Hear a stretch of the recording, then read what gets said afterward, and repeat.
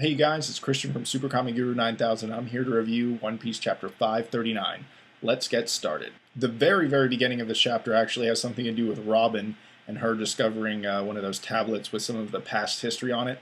I personally find Robin kind of boring as a character. However, she seems to move this story along as in, she's very good with history and that's her passion.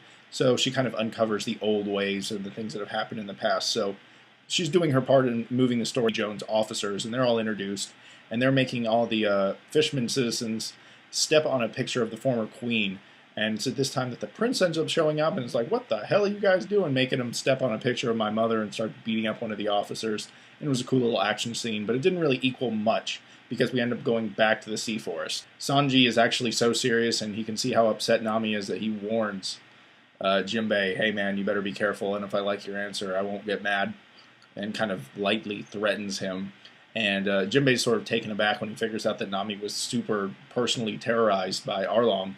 And this leads us right into awesome flashbacks that we've seen 10 times. Now, that doesn't mean I didn't like the flashbacks. They were pretty good, and the artwork in One Piece is far surpassed where it came when it started. It's pretty obvious. These flashbacks are great proof of that. The music sounds really good.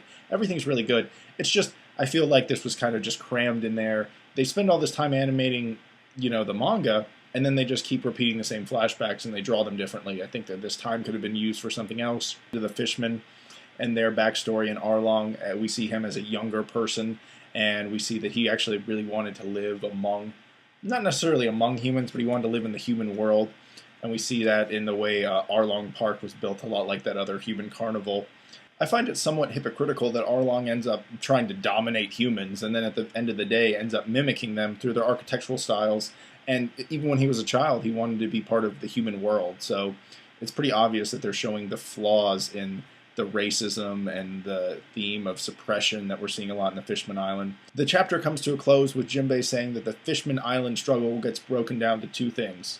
That's the Fishman Tiger struggle as they freed the slaves, and then the former princess as she tries to grow the relationships between fishmen and humans.